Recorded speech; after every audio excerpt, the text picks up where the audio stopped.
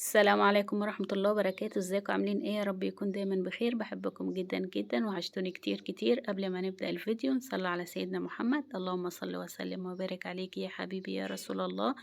طبعا فيديو النهاردة زي ما انتم شايفين عجينة الحنة. طبعا اخواتي سألوني يا ملوك عايزين عجينة الحنة عشان نعملها في العيد.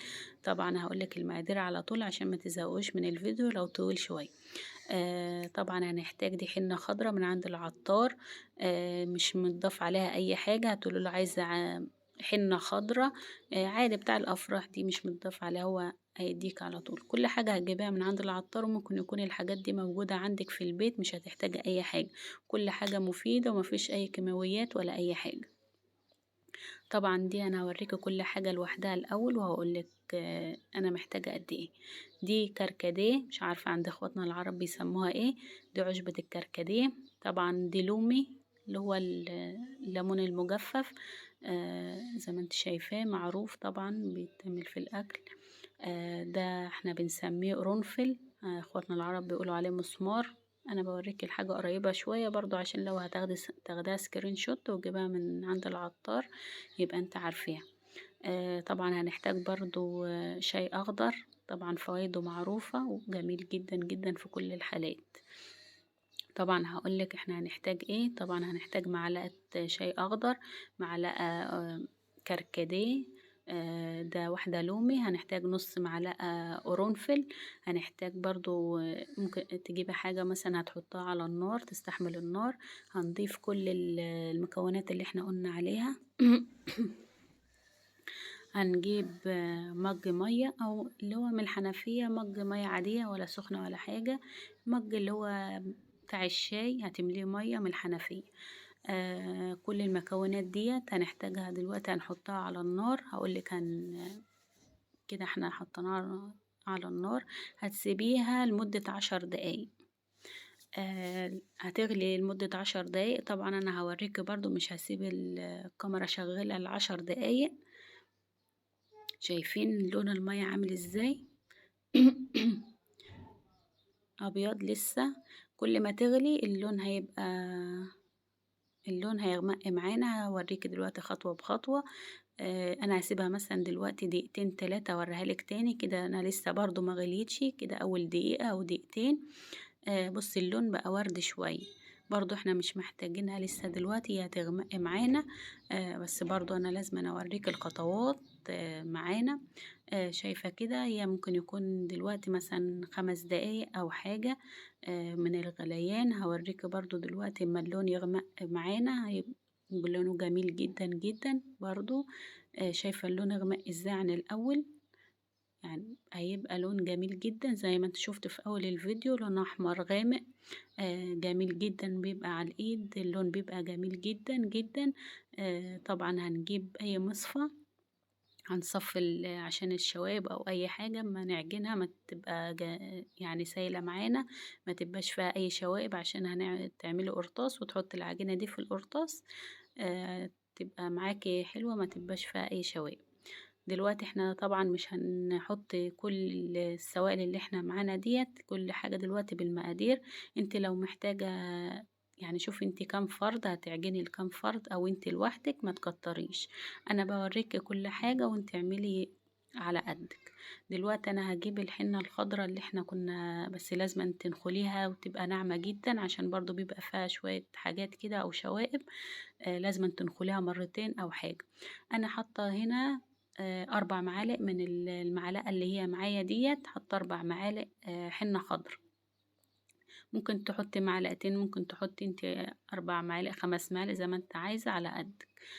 طبعا هنحتاج معلقتين سكر حبيبات، سكر ابيض موجود برضو في كل بيت. هنقلب السكر على الحنة الخضراء. هنحتاج دلوقتي السائل. هنحط برضو حاجة حاجة كده، معلقة معلقة. وهنشوف احنا احتاجنا كم معلقة على ال4 معالق حنة. طبعا هنعد مع بعض دلوقتي كم معلقة. وهنحتاج برضو لسه هنقلبها ونشوف هتحتاج تاني ولا لا. كده 2 3 4 5 6 7 8 9 كده 10. هنقلب مع بعض الأول ونشوف السمك بتاعها ينفع ولا لأ. لو لقيناه تقيل شوية يبقى هنحتاج تاني. كده احنا حطينا 10 معالق، هنقلبهم كويس عشان العجينة تبقى جميلة معانا.